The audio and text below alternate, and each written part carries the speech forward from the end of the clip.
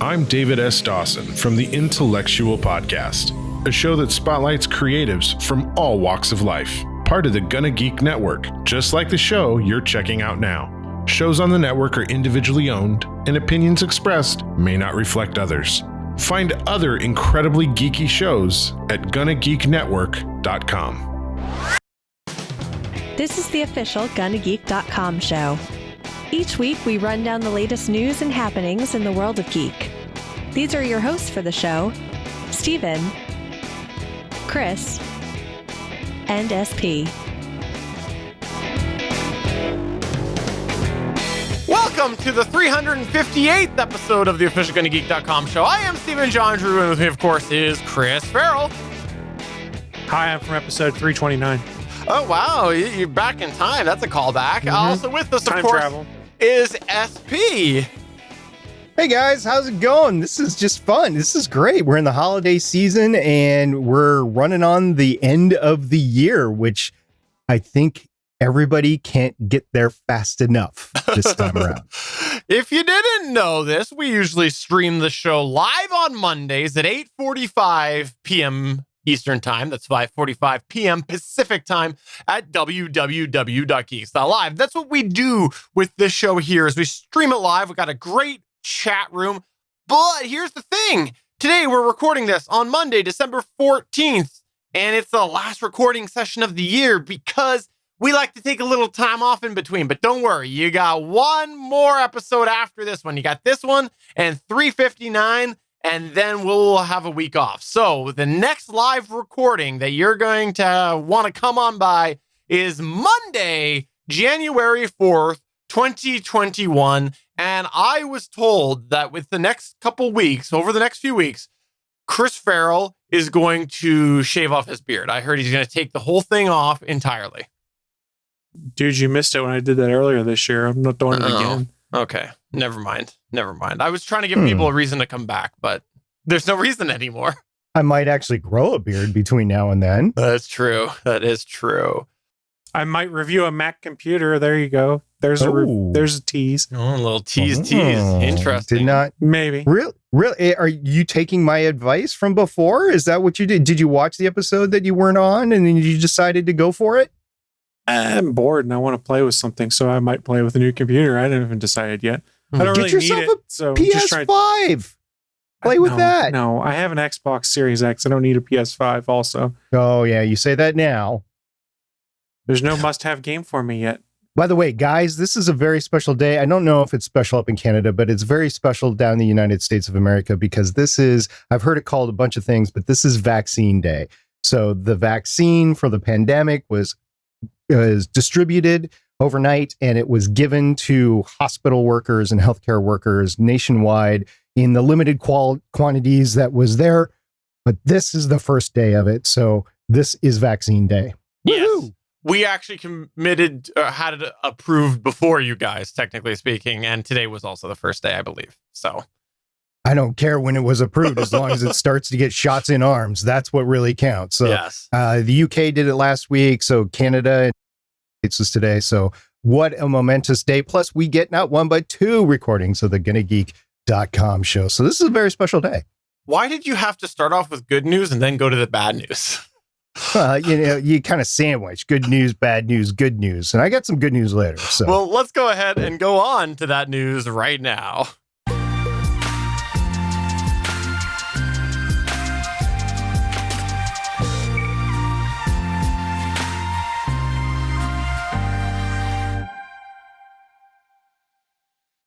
I want to go ahead and start us off with a little personal news before we get to my actual news point. And that is that you're pregnant? Yeah, I've been showing for a while. Thank you very much. Okay. Yeah.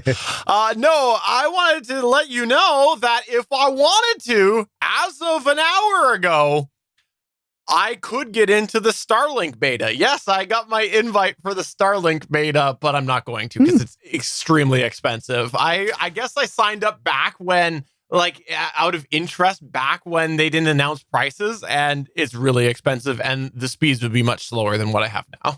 I was going to ask about the speeds. Yeah, what's the speeds?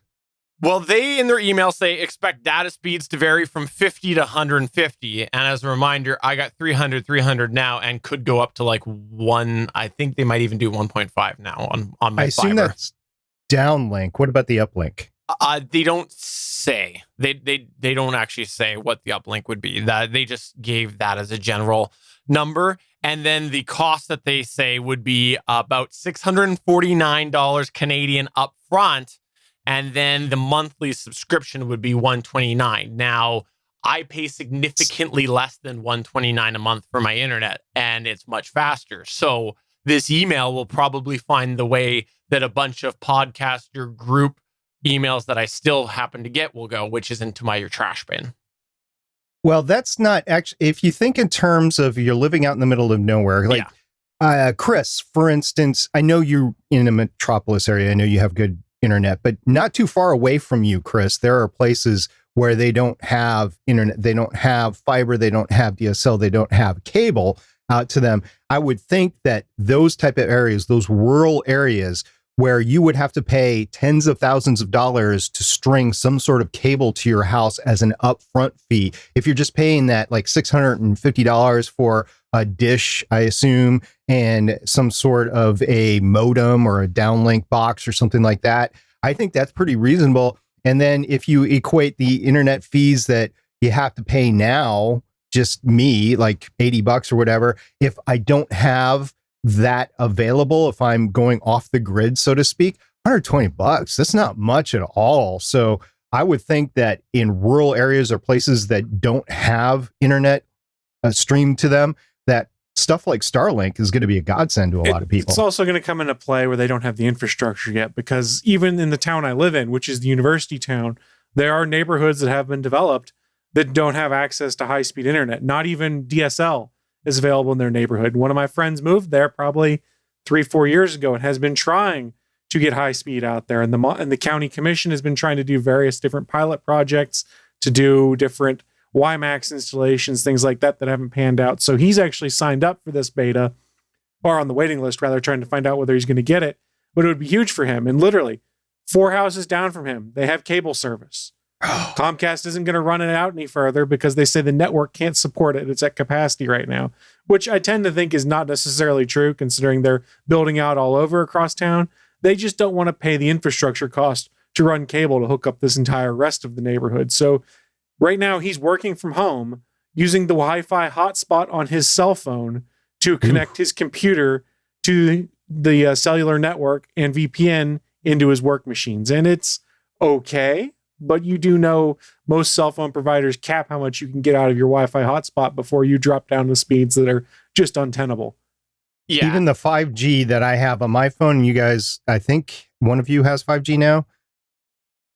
Yes. Yeah, Chris does. Yeah, even the 5G is not as good as advertised that you can get in terms of speed and content and stuff like that. Spoiler alert, LTE is often faster than 5G right now.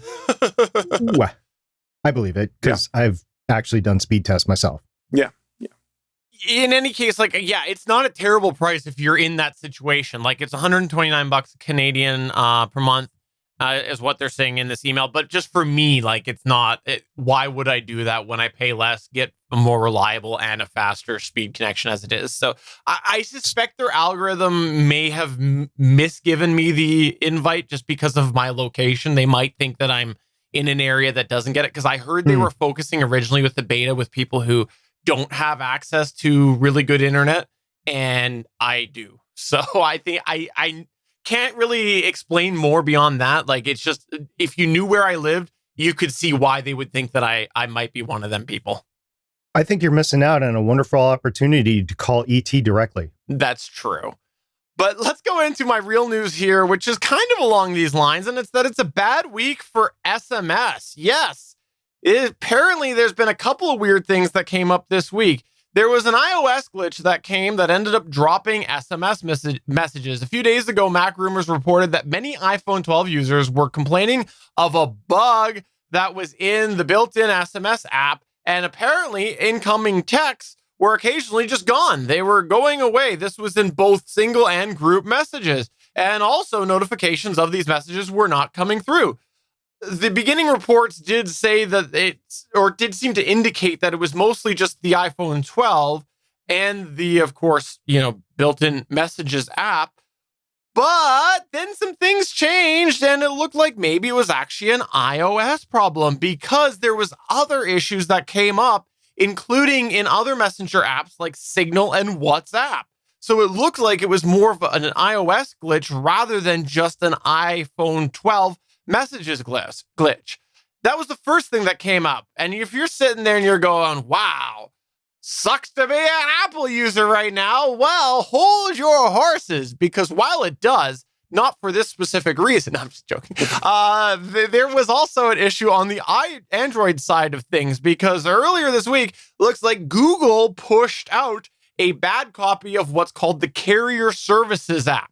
This is just one of the many elements that makes up Android. And what happened was this broke SMS on many Android phones. The Carrier Services is something that is technically updated through the Play Store, if you didn't know that, like a lot of the components are within Android, and this ended up happening. And when they pushed out version 50, it affected many users from a variety of different phones, including those made by Samsung, OnePlus, LG, Motorola, and several others. So they did, of course, recommend, if you're having those issues, to downgrade back to 48 of the Carrier Services, which I don't know exactly how you do that, because I didn't have the problem, probably because I own a Pixel, and I'm sure they tested this on Pixels. So bad week all around for SMS, whether you're an Android user or an iPhone user. Bad week. I think they had the update out that same day, though, on Android, from what I recall, because I remember reading something about it, but I went, if my text messages don't work right now, I'm okay with it because I'm on vacation and I don't want anyone from work texting me. And that's why you didn't respond to my message. You don't have my actually, you do have my real phone number now that I think about it. I was setting you up for a joke. You could have gone, yeah, that was the reason why. God, you're supposed to throw me shade, Chris Farrell. Yeah, well, I mean, I ignore your messages most of the time, but if you texted me, it'd be a different notification. I'd go, the hell? And I'd have to check it. SP, you actually have an iPhone 12. Did you encounter this? I don't know when this supposedly started. The only message that I had a problem with that didn't go through was on Tuesday at 4 p.m. So 6 days ago. I have no idea when this supposedly started. But yeah, it was dropped, and I had to resend it because I'm sure the recipient, which was my son, did not actually receive it. I didn't hear from him until the next day. So I assume that's what was happening there, but I don't know for sure.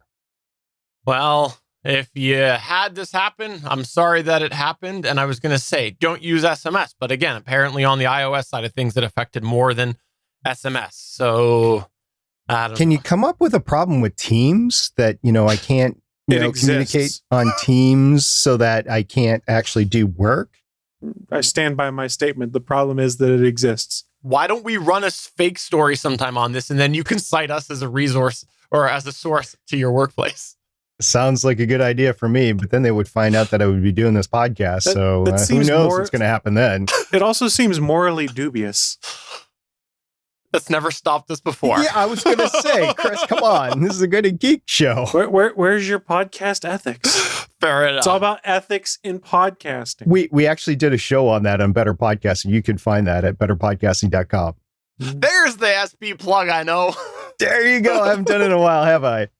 All right. Speaking of plugs, I don't know how that segues, but SN8, boom.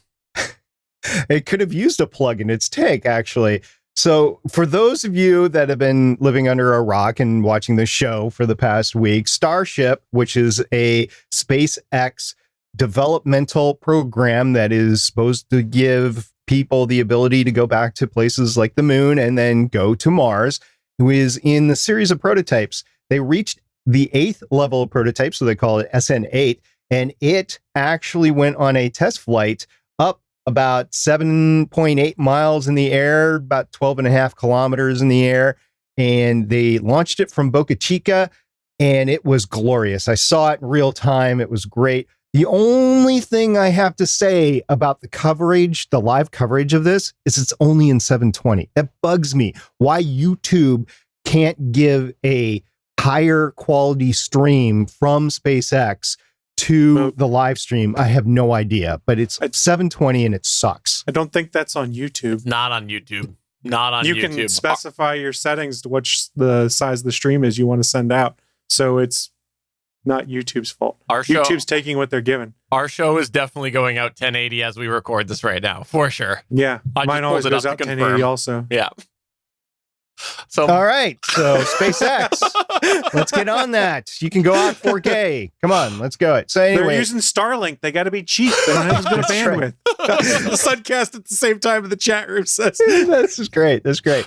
So they were supposed to launch on Tuesday, which is the day after we recorded the previous episode. They delayed it a day because they were having a problem with the tank, I think. And they launched it at 5:45 p.m. Eastern Standard Time from Boca Chica on Wednesday, December 9th. Now, the goal was to get up in the air about 12.5 kilometers. It was going to perform some maneuvers. Then it was going to come back to Earth, do a belly flop, and then upright itself and then land, just like you've seen the Falcon 9 rockets just land. And as you've seen previous tests of previous SN articles land at the Boca Chica test flight, which coincidentally, their very first prototype for all this, the Starhopper, was actually there right next to the explosion. And I think I'd have to confirm this, but one of the camera angles, I think either was mounted on Starhopper or was one of the original Starhopper cameras. I don't know which, but the angle was certainly there. It could have been on the pedestal that Starhopper is sitting on. I don't know. I was worried that Starhopper was going to be exploded at the end here. Little spoiler for you there. So SN8 appeared to hit all those milestones except for the final one.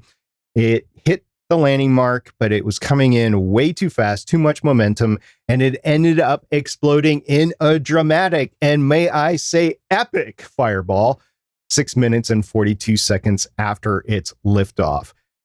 As I talked about last time, this was the first multi-engine test article. All the other test articles were just one engine. This was 3.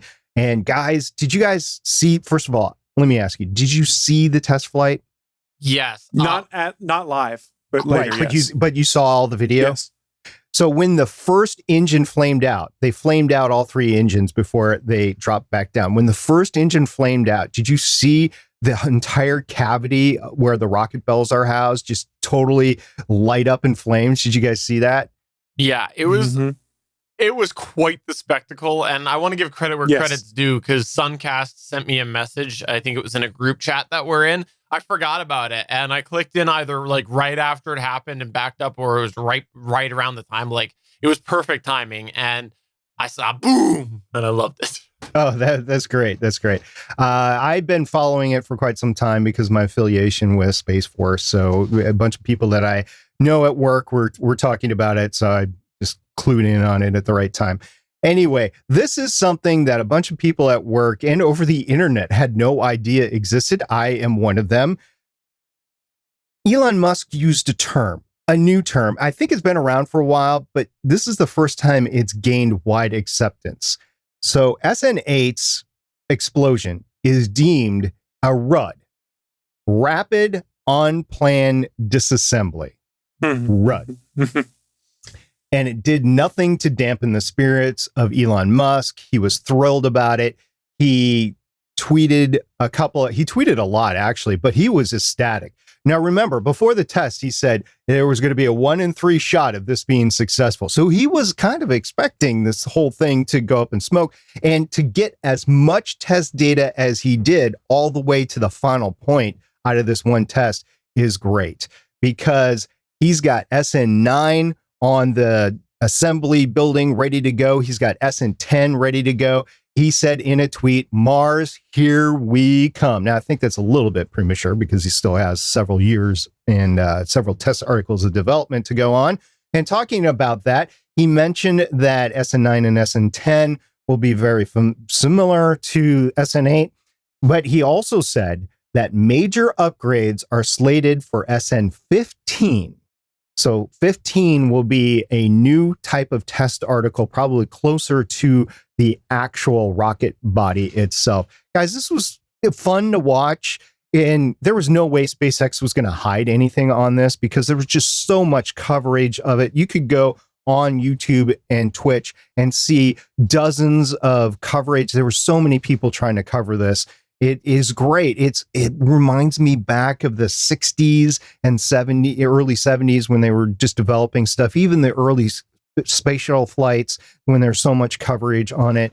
So Elon just has this rash of interest of everything. He's really driving a lot of interest in this in all demographics, really. So it's really fun to see. And even though the test ended with an epic explosion, it was successful, and that they will get that landing right, because we already know that they've done this with Falcon 9 and the Falcon Heavy before. So I'm looking forward to the next test, whenever that is. SN9, here we come. You mentioned SN9, and in the chat, Liberty2 brings up something interesting that I saw come up here today. And it was that apparently the SN9, he's saying it fell over. And I'd seen something about there being them dropping it. What do you know what that's about, or is that new enough that you haven't researched it yet? I haven't researched it yet. But yes, it did fall over. I was going to cover that in a future episode. And it didn't completely fall all the way over. It's kind of wedged in the assembly building. It's kind of like when a candle starts falling over on a cake, but the flour catches it as it's going down, that sort of thing. So yeah, they have some work to do, but they might bypass it because of damage assessed and go with SN10, or they might just fix what's wrong with SN9 and go with it, because this sorts of things is going to happen. So they're going to have to decide on whether they're going to fix it or just move on to a new one. And these things are really expensive. So I would say fixing is probably a better thing to do. Well, I'm glad that this came up, because that meant that we started off with a story about a bad week for SMS. Then we had a thing that they tried to spin to being what do you call it? Purposeful crash? Something like Rapid that. on-plan disassembly, RUD. So they're putting that marketing out there, but now we can say the SN9 thing was an accident, which brings us into another problem, which is Cyberpunk. Cyberpunk 2077, to be specific. For those that aren't aware, that is a game by a company by the name of CD Projekt Red that just came out this last Thursday, or Friday, I guess, as we record this. It is available on PS5, PC, Xbox Series line, Xbox One line, PS4, and Google Stadia. So there's a variety of different systems there. And full disclosure, I purchased the game. I've been playing it on my Xbox Series X. I have maybe 10 or 11 hours in. My wife has 34 hours in somehow.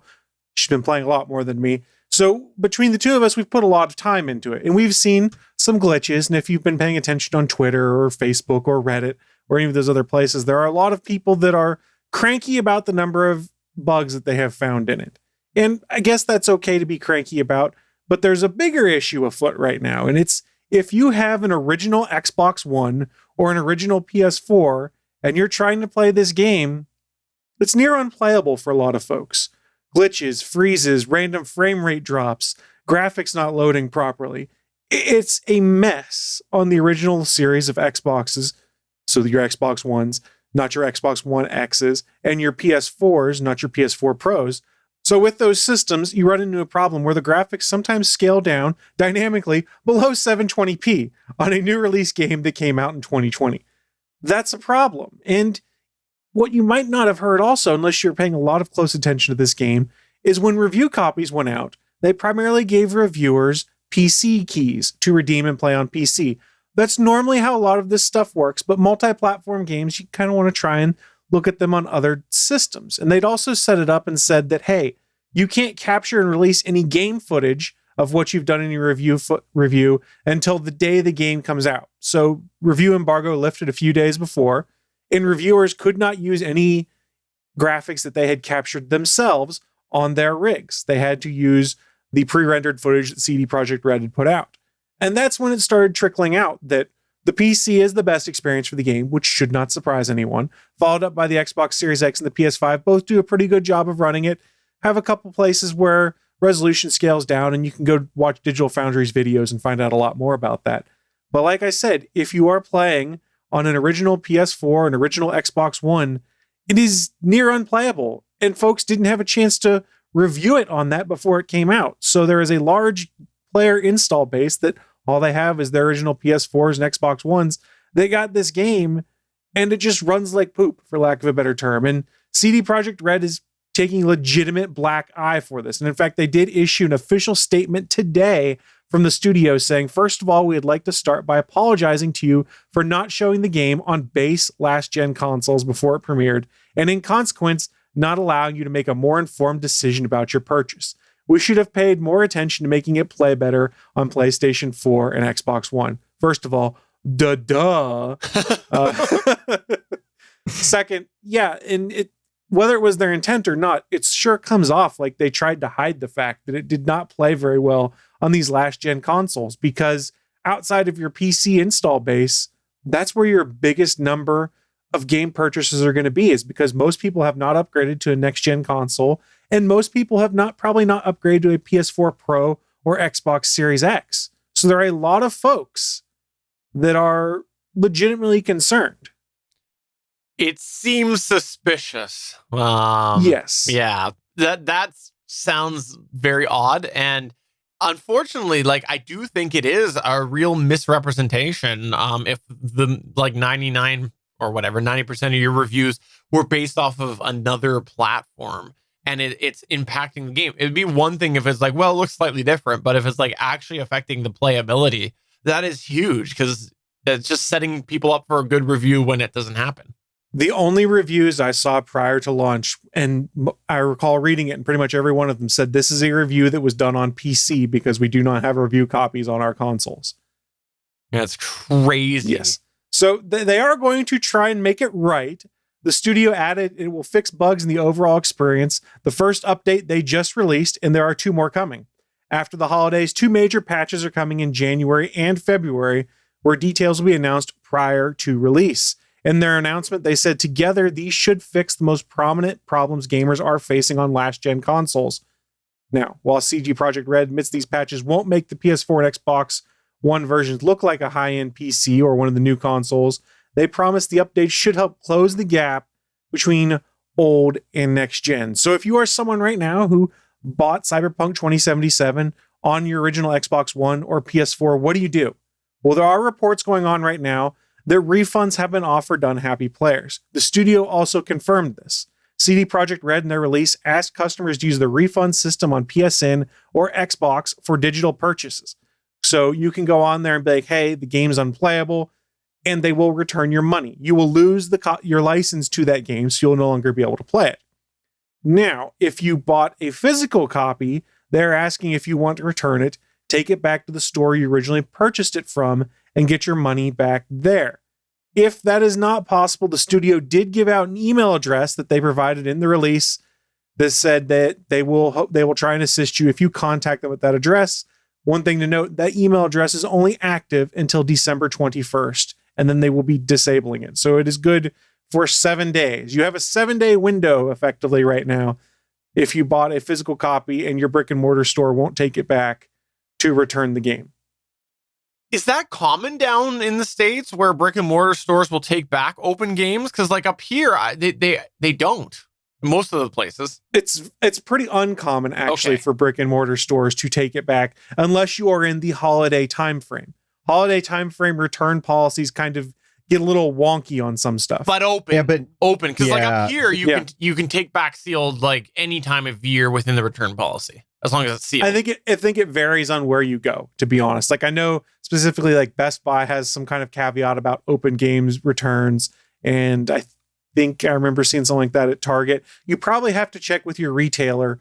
And, realistically, you want to check this as soon as possible, since that email address as of December 21st will no longer work if you bought a physical copy of the game. I bought it digitally, like I said. But at the same time, I'm playing on a next-gen console, so my problems have been minimal. I still have my Xbox One X. I was tempted to put it in there and see how it played, but that's still not going to be representative of playing on an original Xbox or an Xbox One S, because they're not equivalent spec-wise. That's what I was trying to say. Come over here, Chris, and put it on one of my machines, and you can figure it out. I could do that, but I'm lazy. Yeah. I'm lazy. It's well documented.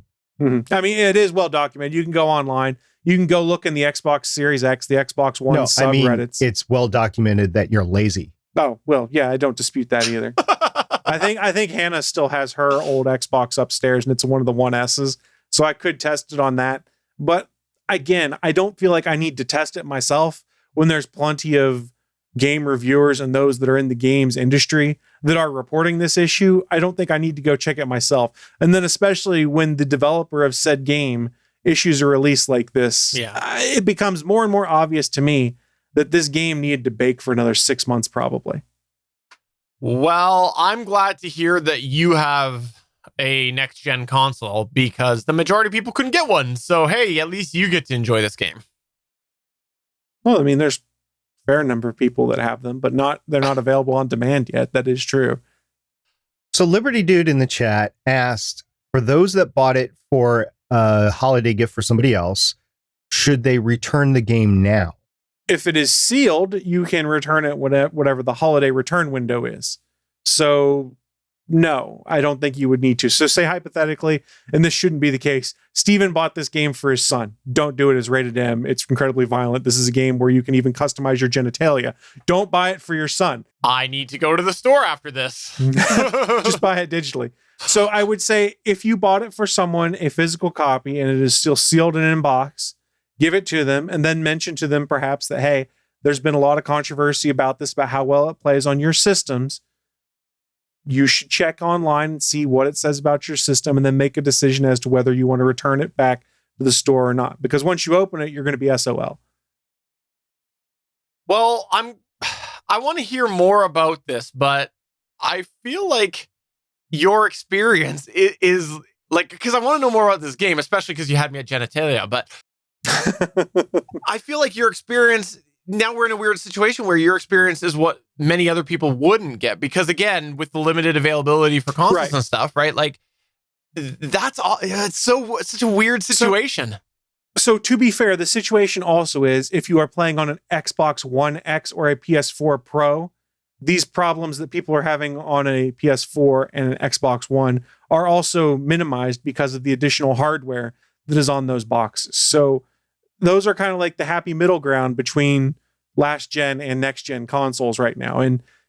But from what I have read, they're having issues here and there, but it's not as prevalent as what is seen on the last gen baseline consoles, just because those are 8 years old, 8 years old at this point in time.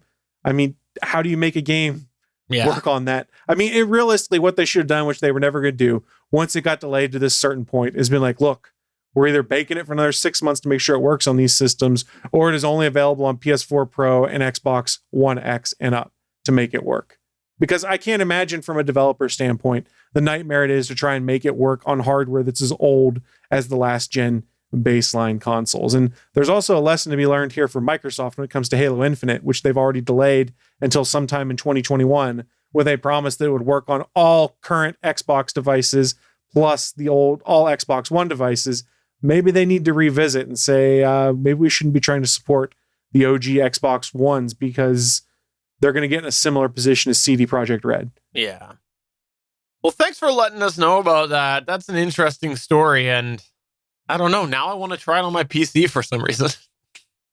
I mean, it should run pretty well on PC. It runs all right on the Xbox that I have. The only problem is HDR is broken on it. So all the HDR stuff's blown out by a lot. Gotcha. Well, that was our bad news section, and we're going to quickly go through our extra points. We got 2 here. The second one, which we'll have to just do a very quick Cliff's Notes on it because there's so much goodness in there. This is our good news. On the SP, I'll turn it over to you for our first extra here. For those that missed it last week, the NASA Artemis program selected its 18 program partners. I forget the exact wording, but it's basically the 18 astronauts that will be going to the moon or backup crew to go to the moon. There's 9 women, one of which will be the first one to step back on the moon. NASA's already made that commitment. So if you are one of those 9 women, you have a 1 in 9 chance of being the first one to step on the moon in over 50 years. That is awesome. There's 9 men, including Kel Lindgren, who allegedly, probably a little bit more than allegedly, was the mastermind behind using a Baby Yoda plushie doll. The Baby Yoda is now known as Grogu, by the way, as the zero-G indicator aboard the SpaceX Crew 1 mission. I know, Cal, matter of fact, we were just messaging back and forth right before this. So he is psyched about this. It took me a couple of days to get in touch with him, by the way. He was overrun with work, and congratulations. So he was one of the 18 that were selected to go to the moon. For all 18, I say congratulations. I wish I was one of you. I was supposed to be one of you, but it just wasn't in the cards. And I think you will entirely enjoy the experience. Don't worry about it. You've been going to Mars for years now. We know that. You visit Suncast regularly there. Like, who cares about the moon if you've been to Mars, SP? Well, you know why he's going to Mars, right? Because Suncast needs more deliveries of these goodies right here. Oh, the That's lollipops? Tootsie Roll Pops. Chris, the why did same you bag go this that's been time? sitting next to my desk for 4 years now for this ongoing gag. Chris, you should go then. You should personally deliver that to him next time. We just established how lazy I am, right? But you have met Suncast in person, so the next time you meet him in person, then you give him the bag. If that just happens to be on Mars, so be it. But I'm lazy. Hey, if somebody's going to give you a free trip to Mars, you going to say no? Am I coming back? Yes. Well, in that case, I'll probably consider it. So Okay. what we've learned is that Chris is going to drop off a bag to Suncast at an undisclosed location. Is that what we just figured I'm out here? just going to throw him out the airlock as we go by and keep going. Fair enough. And the next thing and last thing I should say in the extra that we want to quickly touch on, I'll turn it over to our number one Disney fan here, Chris Farrell. There was a bit of a... I love the blind toss here that I didn't know I was getting. There was a bit of Well, news you had a whole podcast on it yesterday. It's not exactly a blind when toss. I had show notes in front of me. I don't need a rundown of everything, but there was a bunch of information that came out at the Disney Investor News, right? Yes, boatloads of stuff coming. There is original Pixar and Disney animation content that'll be coming, but they did say something to the effect of 10 new Star Wars series / movies and something like 15 total Marvel, Disney Plus, and movies were announced. It was insanity. Some of it sounds really interesting. Some of it has me kind of scratching my head as to why I care, but I'm intrigued. And off the top of my head, a few things that did pop out that I was curious about. Patty Jenkins is directing a Rogue Squadron movie. And supposedly she has been working on it for a while, I had read, and they're pretty much done with the script and story outline. So it could be coming sooner than later. I'm excited for that one. And for those that might be wondering why that name's familiar, she directed Wonder Woman in Wonder Woman 1984. So there's some legitimacy there. I don't want to get too delved into the specifics because there was a ton in this announcement. There's too much, quite frankly, and Disney didn't really package it very well, in my opinion, because everybody's still trying to get a handle on it. But I just want to ask you, you guys both actually subscribe to Disney Plus right now, right? So I want to ask you, first, does this entice you to keep your subscription, even though the subscription is going up? And then secondly, are you really excited about everything? I know Chris just mentioned it. Are you excited about everything, or are you only excited about a small percentage of it? Well, first, before we answer that, let me just say I can see a week into the future, and I don't want to talk about the subscription change because I suspect that a week in the future, my mind is telling me through time travel that we might talk about that in a week from now on the next episode of the Gonna Geek Show.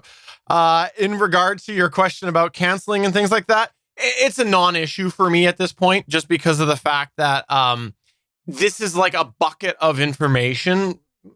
We've seen things be confirmed by different sources before and creators before, and then they retract them. The last time Disney dropped a bunch of information, they didn't have a great track record with the follow through on that. Talking about Star Wars here, look at all of the different projects that were in the hopper that have kind of faded, movies and television wise. I understand some of those are still allegedly coming, but they did a huge drop of information of what was supposed to come, and a lot of it faded away. So I truthfully, I'm not putting a ton of stock into this information, especially because this was at the investors call, and think a little bit about that. you're obviously wanting to put your best foot forward and things like that. I think we are going to get a lot of these out, but I'm not going to put a bunch of stock into it because especially of like, when's it going to come?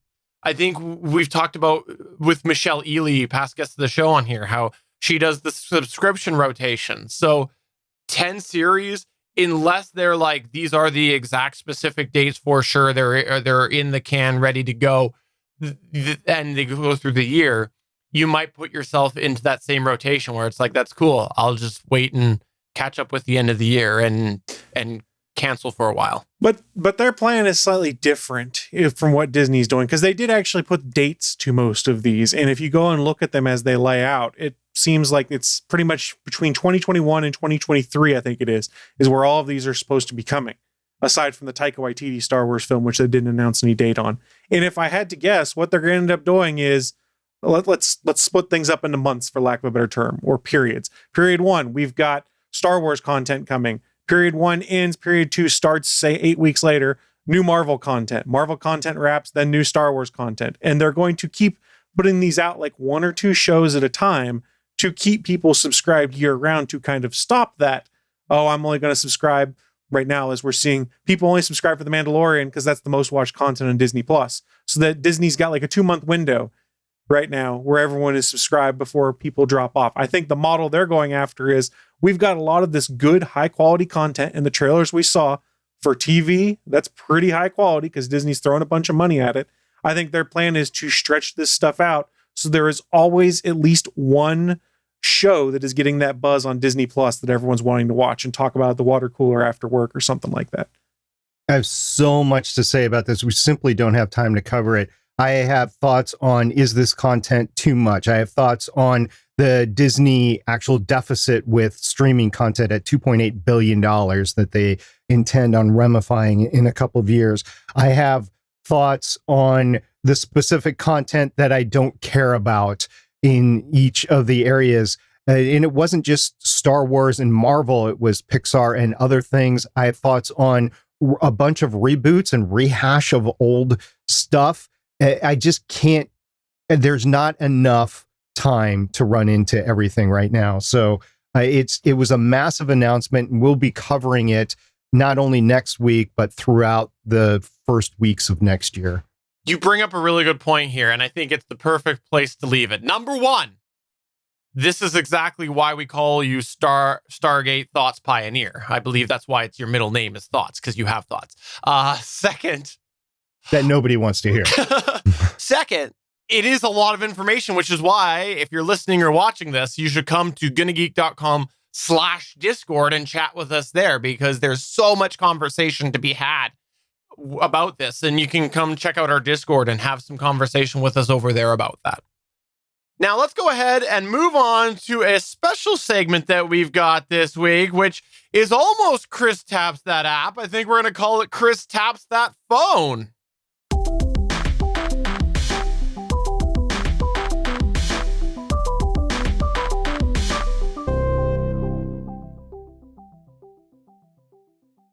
You know, Chris, I have a phone and you have a phone, and they're both Pixel phones. That's true. I would say we're Pixel buddies. I think we are. But you're not Pixel 2 buddies anymore. No, we're not. We're Pixel 4a buddies. Why is that, Chris? So if you were watching everything on this show as we were going towards Black Friday, we talked about some of the possible deals we were looking at or things we might consider buying during Black Friday. And I had said, hey, if there's a good sale on the Pixel 5, I may pick that up. There wasn't a good sale on the Pixel 5. They knocked $50 off of it, which was really disappointing.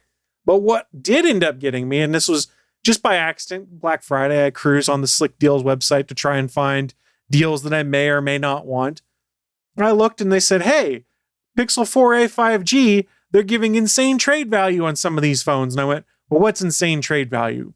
For reference, I had put my Pixel 2 XL on there before, and they were going to give me something like $60, and that was a no-go. So I went on Google's the Google store. I put a 4a 5G in my cart. I said, yeah, I have a phone to trade in. It's my Pixel 2 XL, 64 gigs of storage. Everything works fine. The screen's in perfect condition. And it went, yeah, you can have $235 for that. And I went, okay, I'm in, because you can't even buy one on Swap. You can't even sell one on SwapUp for anything close to that. So for $235, I was totally in. And they were doing that for the Pixel 2, the Pixel 3, and I think to a lesser extent, even Pixel 1 phone prices had gone up. And that also included if your screen was broken, you only lost $10 if your screen was cracked or broken. So you could have traded in my case, the same phone with a broken screen for $225. It seems obvious to me Google was trying to get a bunch of people to buy the 4A 5G and move on to that next generation of phone. So it worked. And the bonus for you, by the way, which we should highlight, that people may not really think about, but connect, is you have now the 4A 5G. I have the 4A. So baked into that value was one-upping me, which I know is a lot. Well, there's always a bit of value in one-upping Steven, I'll be honest here. Yeah. And one of the other considerations for why I was looking into upgrading is, if you're not familiar, it is December 14th as we record this episode. December, this month, is the last security update that comes out for the Pixel 2 line of phones. After that, Google will no longer be issuing security updates, which should be normally are on like a monthly basis. It's end of life at this point of time, where I had some concern there of being like, I'm not going to be getting security updates. I'm not sure I want to flash it with one of these other variants of Android that people are doing to keep these security updates in place. I should probably consider upgrading. So I did. I ended up getting the Pixel 4a 5G. And for those that aren't familiar, they all come with 128 gigs of storage, and they all cost $499. There is no variant. There is no separate storage tier, nothing like that. There are no different colors even.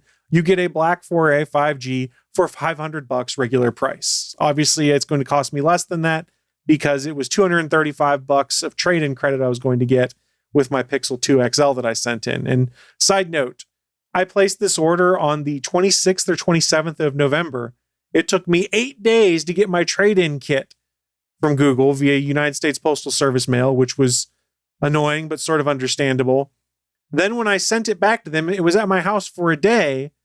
It was supposed to be delivered this last Friday to Google. I ran the number online and checked it, and it said it was undeliverable because they couldn't get to the location in which it was addressed. And I went, what the hell does that mean?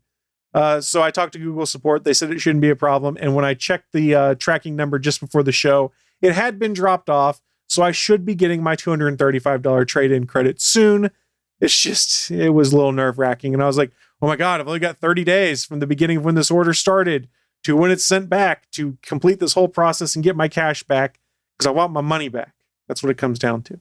I want my money back. But it seems like everything is going to go accordingly. And I will say this, I did follow the same path I did last time I traded in, which was I recorded a video of myself wiping the phone while the phone was being wiped.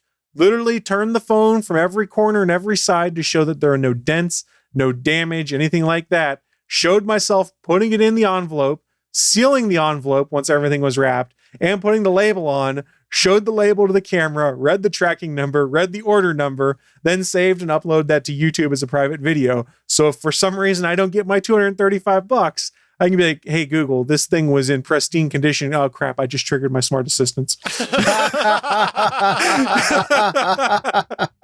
right. So let's get into the phone itself. Some initial impressions here. I went from a Pixel 2 XL to the Pixel 4a 5G. And I was worried that the size difference would be problematic because I'd seen some folks complaining that the Pixel 5 was small compared to their XL variants.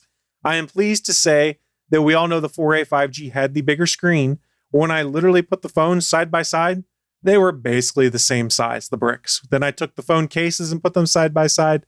They're effectively almost the same size. The only difference is the screen is slightly larger on the 4a 5G for me. So that's a win for me. So as I'm delving into it, it's not a cutting edge processor. Steven talked about that on his Pixel 4a. He's got the Snapdragon 720, I think it is, and the Pixel 5 and 4a 5G have the 765G processor, which is faster than the 820 or 821 Snapdragon that was in the Pixel 2 line. So I haven't noticed any slowdowns. All of the apps I'd had before run just fine, if not better, but we're also at the very beginning of stages with this processor. We'll have to see how it works over time. I did notice there was a new version of the Google Assistant that was on my phone. They have now since rolled out that same version of the Google Assistant, I think, to all of their devices, where it was a light up bar at the bottom of the screen that showed up and then text that would come up instead of having a card that came up to show you anything when you were talking to the assistant. That was cool to see. Got the first pixel drop, and we talked about that last week, the things that were in there. And I was pleasantly surprised that pretty much everything that was in the pixel drop came to the Pixel 4a 5G. That was a win. One of the things that I'd kind of forgotten about until I got the phone, let me hold it up here. And at the top of the phone, you see there's a headphone jack. I haven't had a headphone jack in how long now? Welcome back. You could use it for podcasting now. I mean, yeah, it was strange. I went, oh yeah, I've got a headphone jack again. But at this point in time, I've already used my Bluetooth headphones for everything, that it's nice to have, but I don't really see myself using it. It'll be nice when I go back to the office at some point in time that I won't have to use the USB-C to a headphone jack to be able to listen to things. But I don't see myself using it in day-to-day life anymore. So one of the things that was new to me, and it's not new in phones in general anymore, but to me, because I had an older phone, is the hole punch selfie camera on the front side of the phone. And for the most part, I've adjusted to it being there. It is a little strange for me though, because whenever my eye goes up to the top of the screen to look at the time, it's always pushed a little further over so it's not covered up by the selfie camera. And I have seen that some apps aren't quite properly set up to accommodate the hole punch, specifically if you're using the Facebook app and you open up a news story or something like that someone has shared. There's generally a Facebook logo at the top of that page, and it runs right through where the hole punch camera is. So it's like Facebook is what it shows up as for me. Mm-hmm. It's not a bad thing. It's more just I noticed and went, that's weird. And I said, I'm pretty sure Google has built stuff in there to accommodate for the hole punch cameras. It's just not implemented properly in the Facebook app, which go figure. That's weird. I don't have that issue. I wonder if it's a display difference because I think it's a bigger display or something. Yeah. Interesting. Yeah. So when we go to what the phone feels like in hand, I ran it without a case for a couple days while the case was coming in the mail. And the feel of it reminded me a lot of the Nexus 5 that I had many years ago. So for those that aren't aware, the 4A and the 4A 5G, they're plastic frames, plastic shells, whereas the Pixel 5 is metal with a plastic covering on it to protect the metal. So it felt sturdy to me. It felt fine to me, but it was also strange to kind of step back from where I had been before, which was a metal frame, metal case, metal exterior to the plastic. I kind of like it because I'm less worried about dropping it and causing damage because it's plastic and it's in a case now. So who really cares? One thing that's also interesting for me, and it's in the name, this phone has 5G service, is capable of doing 5G. If you have a Verizon plan, I think you have to buy a different variant of it because Verizon's using a different type of 5G, like the ultra wideband, I think it is. I don't know. It costs an extra $100 on the Pixel 5. I don't know what they do on the 4A 5G for it, but I was eligible for 5G. I have 4G LTE up until recently, and I went, okay, let me go on AT&T's website and see what it would cost the difference for 5G. I said, if it's only a couple extra bucks a month, maybe I'd consider it. So when I plugged in the information, it's actually like $7 or $8 per month cheaper for me to upgrade to the 5G plan that gives me more unlimited data, a higher point where they cut me off, and more tethering gigabytes before they cut me off also. Oh, and I also keep my HBO Max subscription. So I was like, okay, for $7 or $8 difference a month cheaper, I'll upgrade to that. And I did it all online. It was easy enough to do. And within minutes, I had a 5G signal. So for comparison's sake, I said, let's see what 5G speeds are compared to 4G speeds. At my house on the 5G network, which is all going to vary based off where you live and weather conditions and whether you're by a window or what the walls of your house are. But just arbitrarily, 158 megabits per second down, 35 megabits per second up. And when I was on my 4G LTE, it was probably about 75 up and 75 down and 25 up roughly. So there was a little bit of a difference there, but I have also found, and others have found online, that 5G is oftentimes faster when you have an ideal scenario. But if you're in less than ideal conditions, be it bad weather or in a building that's got thick walls, your 4G LTE is probably going to do better than 5G because 4G goes through walls better. So just be smart with it. They did just recently put a feature in the Pixel where it'll automatically switch back and forth between whichever network is better for it. So once I actually go back out into the world again, maybe I'll see a difference there. Like I mentioned, I had no issues with any of my apps not working. Everything was good. The only thing that was interesting for me is when it brought all of my apps over and populated my first home screen, rather, there was no longer an icon there for Android Auto like I'd had before. And I researched and then kind of remembered, oh yeah, they baked Android Auto in and it's just supposed to smart launch now. You don't have to launch it yourself. So on old phones that already had the app installed separately, they just left the button there for you to launch. And I believe they yanked it out for the rest of them going forward. So it's just as soon as you plug it into something that's Android Auto compatible, it knows to swap over. So I didn't lose anything. And I did find that it was quicker to check what apps were updated and were not, because the constant slow point for me in the past had been open the Google Play Store, go to My Apps, and look to see what needed to be updated. And it would just kind of freeze on that screen for about 5 seconds. Doesn't do that here. I think it's just a matter of newer processor, so it does better. So to wrap things up in regards to the Pixel 4a 5G, overall, I'm really happy with the upgrade. Going from a Pixel 2 XL to the 4a 5G, pretty much everything is an upgrade. There are a few things that are different, specifically no longer IP68 certified, meaning I can't drop my phone in a bowl of water and feel safe that it's going to come out okay. They did not do those kind of water sealing features or anything like that on the lower cost phone. But I'm in the phone for like $250 when it's all said and done. So slightly less concerned there. Like I said, price point and security patches were main reasons for doing it. For $250 or so, and then another 3 years of security updates and OS updates, I'm okay with this decision. And I also had the thought in the back of my head of, if Google puts out a Pixel 6 next year that's on their own silicon, which has been rumored, I'm okay with having only being $235 into a Pixel 4a 5G, trading it in for whatever they'll give me, which would probably be roughly that, and potentially getting a Pixel 6 on Google Silicon. I'm okay with that. And coming from you, Chris, you're not one to upgrade your phone every year. So this would be like a special deal because of the money involved and the technology involved specifically. Otherwise, you'd be comfortable staying with the phone for a few years, I would guess. I think so. My only concern on this, and it's been a concern I've had since they announced the A line of the Pixels, is longevity over the years, because they're always a slightly lesser processor at this point in time. And that works great right now in year one. But what are we looking at like year 2 to year 3? After that year 2 mark ends, what does the phone look like then and how well does it work? That's still one of my concerns.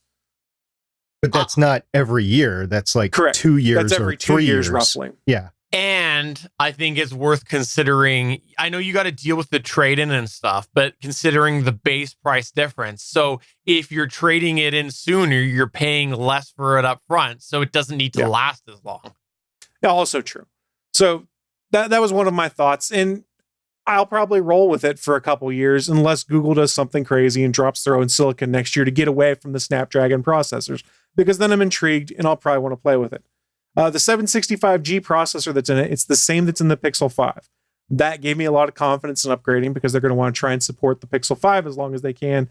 And I found it to be pretty snappy. I haven't seen it slowed down any, but also keep in mind, I don't play a ton of games on my cell phones. Like the games I play is like crossword puzzles or like random puzzle games. I'm not playing PUBG or Fortnite or something like that. So I can't speak to how well that processor handles that. Other reviewers have said it seems to run fine with that. So cool. Glad that works. This phone does have dual speakers. I like that as well. And different than the Pixel 5, the top speaker is not the one that is a vibration-based speaker that vibrates the glass to make the sound. It's 2 regular speakers. So the sound, I think, is better on the 4a 5G than the 5 by all accounts. And this is sorry, go ahead, SP.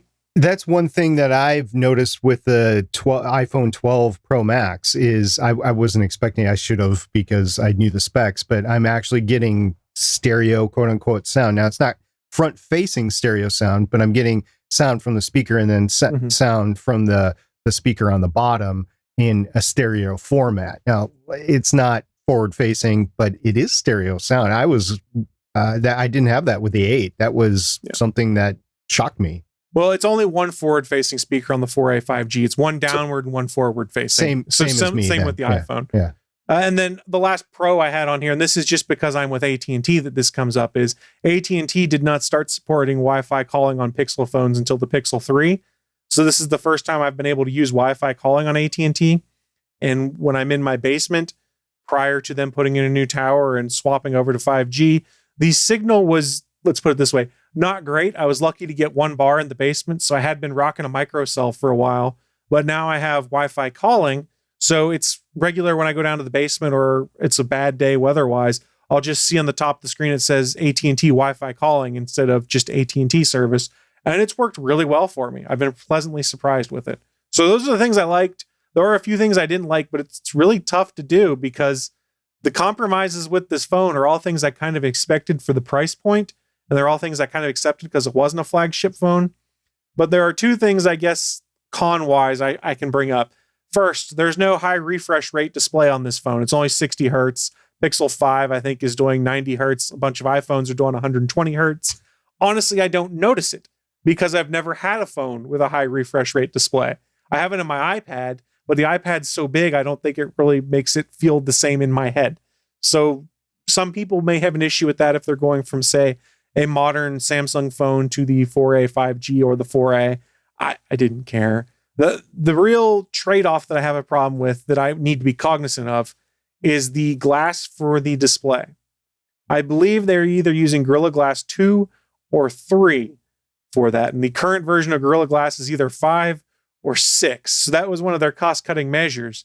So I did have concerns about the fact it is Gorilla Glass 2, which I think is the same as was in my Pixel 2 XL, which I ran without a screen protector, but I felt wary about it. So I bought a set of screen protectors and put a tempered glass screen protector on there for now. And we'll see how long I keep that on there before I finally realize, oh yeah, scratches happen, whatever, I don't care. I don't want to jinx myself, but I haven't run a screen protector since my iPhone 4 days. Yeah, I honestly don't know that I would have done it had I not just been reading up on things recently, and it made a point of saying that this is a version of Gorilla Glass that is several versions behind what is in the current ones, and it kind of made me just go, I'm worried about that. I will say that I personally don't care much for running it free of it because I like my Pixel 2, the last few months I ran it. There was no cracks, but there was for sure scuffs and like little micro scratches, I guess you would call them. Yeah, I mean, that'll happen. But honestly, that was the biggest thing that I don't like about the phone is that I don't like that they used a lesser version of Gorilla Glass, but I like the price point. So I kind of expected something like that. It's just, it makes me feel uneasy a little bit. So I mitigated as best I could with a screen protector. Well, I'm interested to hear your thoughts here. I think that those are really interesting after about a week. It sounds like mostly favorable. And I think that's really interesting considering how techie we are, right? And the fact, like, I think you do more with your phone than I do, right? So for me, I used to. For me, I've long said like, oh, 4A line the A line would be great for me. I said that with the 3A. And to hear you though say that so far you're mostly happy with it is really interesting to talk about the state of phones. So one thing I did forget to mention, I have it in my notes, I just skipped it for some reason, is that the 765G Snapdragon processor, it sips battery. Like when this thing is idle, it does not burn battery. Like I was sitting on my desk for 4 hours and I dropped 1% in battery when I wasn't doing anything with it. Whereas other phones I've had, Pixel phones included, I'd be down 5 to 10% depending on what's going on. And even when I'm actively using the phone, it seems like I'm using less battery. For comparison's sake, my Pixel 2 XL was about 1.5 years old because I'd gotten a refurbished one as a replacement. At the end of the day, just regular amount of use, it'd be at about 20 to 30%. The Pixel 4a XL, using it the same amount, and the battery I think is slightly larger in the 4a XL, I'd be at like 80 or 70%. So I've gotten to the point now where I'm plugging it in every other day because I'm not putting a ton of use in on the phone. I use my phone a lot when I'm not working. When I'm working, I don't use my phone at all. I don't even have my phone near me. But when I am not working, I have my phone with me quite a bit, and the battery ends up even though the 12 battery is better than my 8 just because it's 3 years newer, right? My battery still does eventually drain. Now, I'm surprised sometimes where it's still at like 99 or 98%. I've been using it for a couple of hours. But if I'm using it consistently throughout the day. Like if I'm at home, like Saturday or Sunday, where I'm like using my phone quite a bit, I will notice the battery draining. So I guess I'm a power phone user. I get the screen reports, and I guess I use my phone quite a bit when I can. But when I'm working, it's just charging. It's sitting there charging, so it's not using any.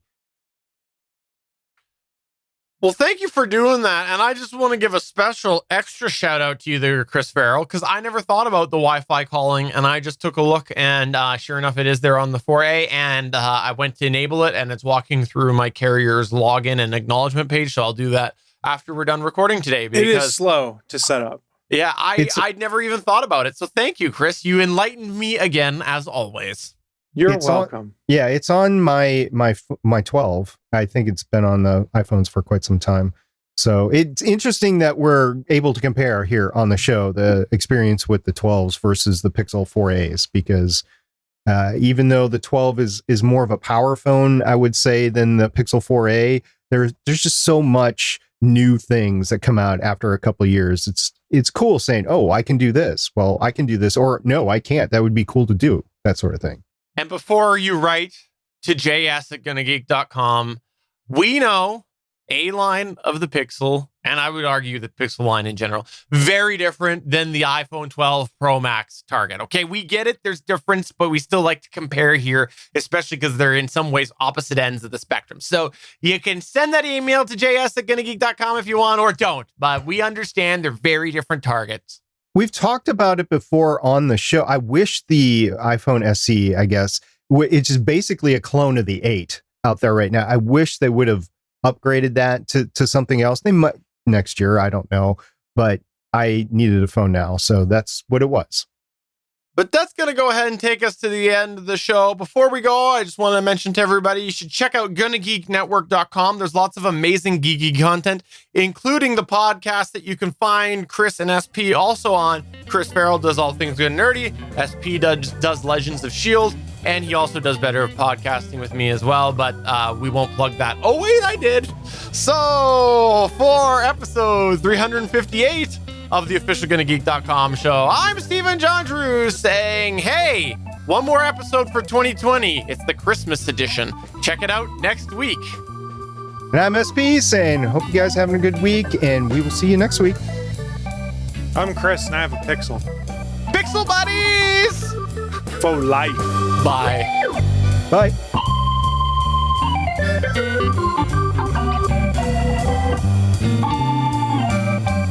Thanks for checking out another episode of the official GonnaGeek.com show. If you like the show, please give us a 5-star review in Apple Podcasts or a thumbs up on YouTube. You can always join us for our live recording sessions, which stream Mondays at 8:45 p.m. Eastern at www.geeks.live. And remember, you can find our full back catalog at GonnaGeek.com/show. If you're itching for more geeky content, check out other shows on GonnaGeekNetwork.com. Voice work was by Emily Prokop of the Story Behind podcast. That's it for this episode. We hope to see you back again next week.